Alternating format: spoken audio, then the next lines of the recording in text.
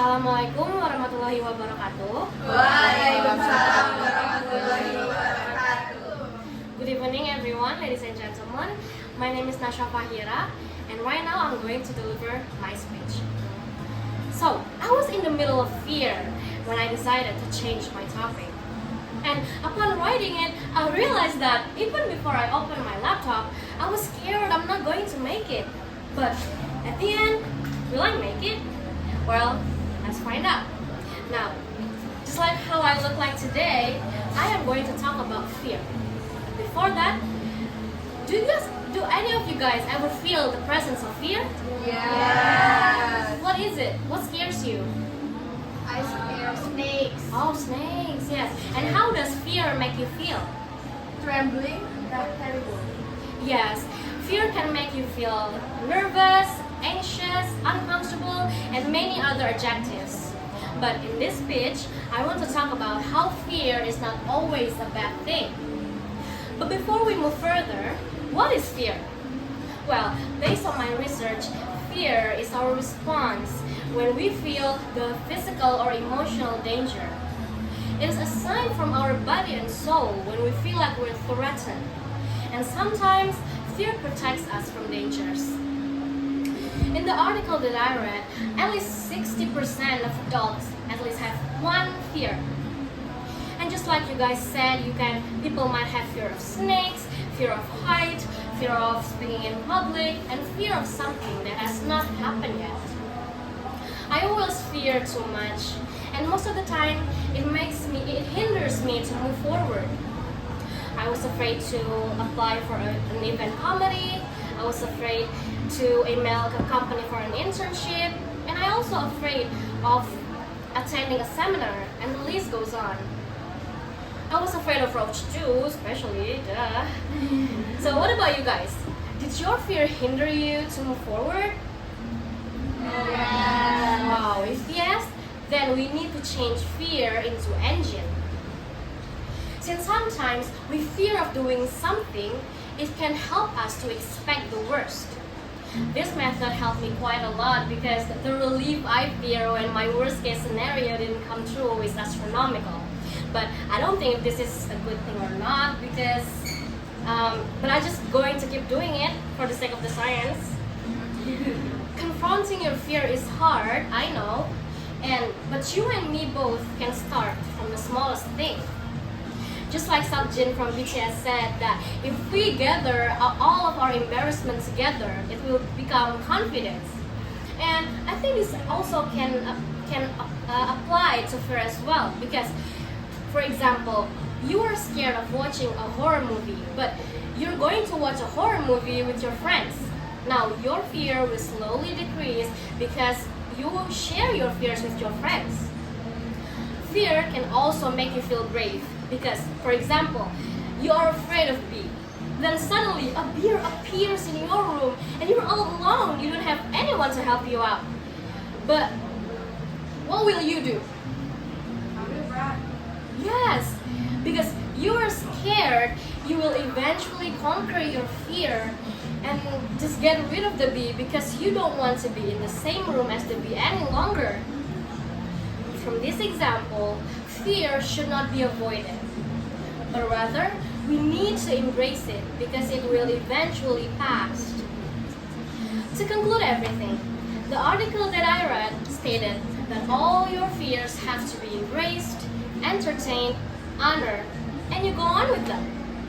It is definitely alright to have fears, but keep in your mind that fear is not here to hinder you. But instead, it should be your engine and protection against what will happen. If you're scared of doing something, well, do it with fear. Now, did I answer my question earlier? Yes. Did I make it? Yes. I guess I did. Thank you semua. Wassalamualaikum warahmatullahi wabarakatuh. Waalaikumsalam warahmatullahi wabarakatuh. Assalamualaikum warahmatullahi wabarakatuh. Waalaikumsalam warahmatullahi wabarakatuh. Good evening, ladies and gentlemen. My name is Afradia Naura Ramli, and I am beyond grateful to stand here to share my speech. Should I give up Or should I just keep chasing pavement? Did you know that song from Adele? That's about trapped in something that leads to nowhere? Yes. Yeah. Just like online gambling that leads you to nowhere, not make you rich, but most likely trapped you in debt. We all know that online gambling has been happening a lot and affected a lot of people. Now let me ask you something. How many of you have been scrolled through TikTok and seen comments like WD 30 juta hari ini or cuan terus jangan takut kalah? Yes, I just saw them. Yeah, they make it look so easy, right? Yeah. Like everyone is winning millions overnight. But there's the truth. They only show you the wins, never the losses. Behind every WD 30 juta, there are hundreds who lost even more. Online gambling tricks your mind. It gives you false hope, makes you believe you'll be the next winner. When in reality, it's designed to make you lose. Online gambling also become the root of destruction in connection, family, and even life. That's why I stand here to tell you and remind you to avoid online gambling is important to protect our mental health and the welfare of all. Let's move to the reason why online gambling is destructive. In online gambling, win is uncertain. When addicts lose, they spend lots of their money and continue betting to cover their losses. This eventually accumulating debts that are difficult to pay. When there's a lot of debt, it is hard to provide family needs. Continuous defeat and losses harms gamblers' mental health and make them aggressive. While family and closest ones are also affected, leading them to face extreme stress that often resulting in divorce and in severe cases, death. There was a tragic case in Kabupaten Bandung. A mother ended her life and her 2 children, allegedly because of the consequence of online gambling. Her husband trapped in online gambling debts, which caused her suffer in stress and worry. Not only that, people around them start talking about their situation. It makes her become tired and hopeless. Her husband's behavior changed. He becomes secretive and a liar. He didn't tell her what was the debt from, how was it, how much was it, and what was that for. Feeling tired and overwhelmed with all of this condition, she was unable to deal with that and decided to take her life and her 2 children. This is the evidence of the online gambling dangers.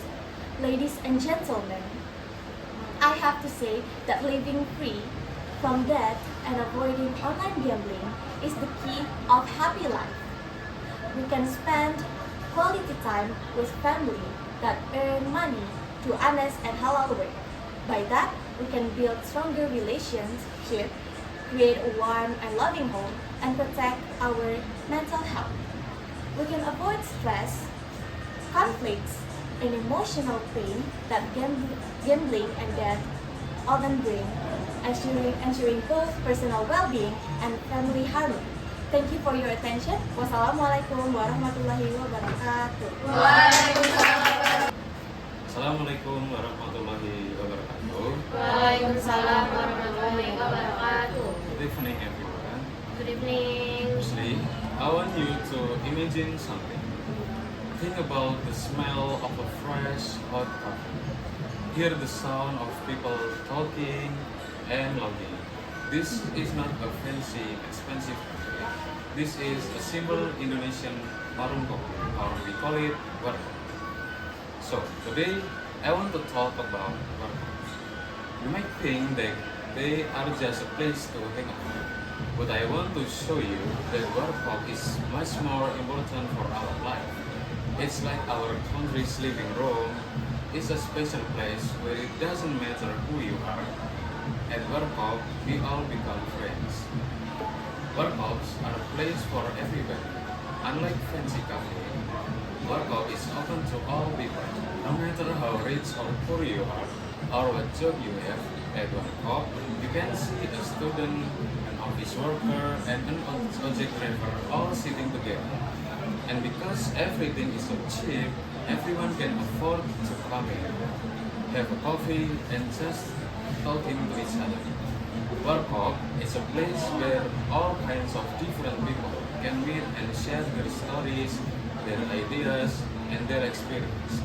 Warkops are like the original social media, but in real life. Before we had Facebook or Instagram, we had Warkop. Warkop is the place where you hear the real news, find out what's happening in the neighborhood, and talk about everything like sports, politics, religion, or anything else. Warkop is the place where friendships begin, new ideas are born, and problems in the community get solved. Just by talking to each other, talking to people in person in real life, like in Warkop, it helps us know and trust each other that we cannot get that thing like. As our world gets more modern, Warkops help protect our Indonesian culture. When new coffee shops open and close all the time, Warkop is always there. It represents our special way of life. One of them is more relaxed and friendly. Warkop is a perfect example of work sunlight, which means taking the time to slow down, relax, enjoying the moment, and connect with others. The fact that workouts are still so popular shows that we will always need a simple, real place where we can feel like we belong. So, Warkop is a place for everyone. It's our social media and protects our culture. It's the beating heart of our neighborhoods. And the next time you walk past Warkop, I hope you step inside, get a coffee, listen to the sound, enjoying the vibes, talking to each other, getting your friend, and you're not just drinking coffee alone. You can get new partner to solving your problem. So this way, when you come to Warkop, you'll feel that our Indonesian community is so special. So, that's all from me. My name is Muhammad Farhan. Thank you and see you at the work. And I'm sorry for some mistakes that I made. And wassalamualaikum warahmatullahi wabarakatuh. Waalaikumsalam warahmatullahi wabarakatuh. Assalamualaikum warahmatullahi wabarakatuh. Waalaikumsalam warahmatullahi wabarakatuh. Good evening, everyone. Good evening. I am Noah Familiana, and in this honor occasion, I want to deliver a speech about how accessories shape confidence and self-expression.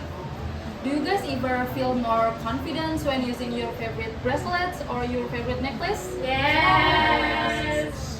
Okay, I believe most of you may feel that way, even myself. We often think accessories are just about decorative items. However, without we realize it, all those small things can change how we feel about ourselves. Especially we as a student, and our look or our appearance often used as a mirror for our confidence. So in today's speech, I will show you guys that accessories are not only about decorations, but also it can boost self-confidence. How they can help to express ourselves and be used wisely in our everyday life. First, how does it work? How does accessories boost confidence? Actually, it is as simple as that, like you are adorning and trading yourself within those accessories in your body. It can also be self-care that fosters self-love and appreciation for ourselves. When you choose certain accessories for you to wear, like the appearance, the colors, or the model, and you like, oh, I think this necklace suits me well, or wow, this gray felt so good on me. Yes. And then you must be so happy to wearing it, even be more confident. If we feel comfortable for what we are wearing, then our confidence will increase. So yes, accessories can definitely boost our confidence. But have you ever thought that they can also speak for us? Telling others about our unique personality and style, they are like a canvas for self-expression. For example, if you want to tell others your gothic style, you may choose all black fashion with dark rings or chokers. On the other hand, you might choose a bright scarf or colorful bracelets if you want to show off an energetic and cheerful personality. Even something as basic as a belt or a watch can convey your level of professionalism and minimalism. We can really express ourselves through accessories that we use. So we have talked how accessories can boost our confidence and how they allow us to express ourselves. But I think it's not enough if we don't know how actually to use it properly, to use accessories in our everyday life. But the good news is it's actually simple. First step first, we can start with simple accessories. You don't have to wear the expensive ones. Just wear that you comfortable within your character. And then yes, following the trends is totally fine. But we have to balance them against our personality, comfort, and the occasion we are going to. For instance, simple and elegant accessories are preferable at a formal occasion, like presentation. But we can experiment with colorful or trendy ones in informal setting. So this balance will keep us looking stylish but also appropriate for every situation. And to sum up, accessories are more than just decoration items. When using it properly, it can help us to express who we are, increase our self-confidence, and make us look stylish in any settings. Therefore, please keep in mind that your favorite accessory reflects who you are and not just a piece of fashion the next time you wear it. Let the world know who you are through your accessories. I thank you for your attention. Wassalamualaikum warahmatullahi wabarakatuh. Waalaikumsalam warahmatullahi wabarakatuh. Assalamualaikum warahmatullahi wabarakatuh. Waalaikumsalam warahmatullahi wabarakatuh. Good evening, everyone. Good evening. So, have you ever struggled to read and understand a text? Yes. Have you ever wanted to study but found that you couldn't understand or even begin to reading a textbook? Yes. Don't worry, guys, you are not alone. Many students experience this in both daily life and college. This can be due to a lack of interest in reading, which might lead to declining academic success and personal growth. However, there are ways to increase our interest in reading. Today, I, Frida Yobriliana, will share some tips on how to increase your interest in reading and improve your reading skills by reading fiction novels. After listening to my speech, I hope that all of you, especially those in college, will be motivated to start exploring the world of fiction and that you will find it enjoyable and effective in improving your reading skills. This speech will make you try to read the fiction and feel that reading is more enjoyable, can help us increase our interest in reading and enhance our understanding of written text. Now, let's hear my 4 key reasons why fiction novels can improve our reading skill and increase our reading interest. Firstly, fiction novels stimulate the imagination and attract interest, making reading more enjoyable and interesting. When we read a novel, we create a new world in our imagination based on what is happening in the story. But these stories and imagining spark curiosity that can foster resilience and better reading habits. Secondly, once we have developed a reading habit, we find it easier to understand the meaning of written text in our educational and daily life. Reading fictions improve readers' abilities, making it easier for them to focus and understand the meaning of text thoroughly. The third point is that once we have developed a good reading habits and improve our reading skills, regular reading will increase our motivation to read and learn in our own time without coercion. can we read fiction or non-fiction?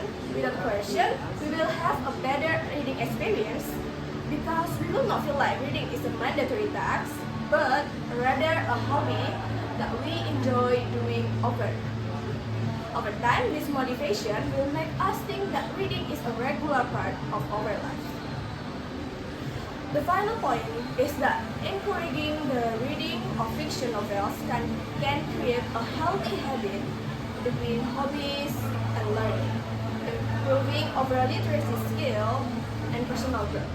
This benefit can strengthen our reading skills and give us an enjoyable hobby and experience from reading fiction.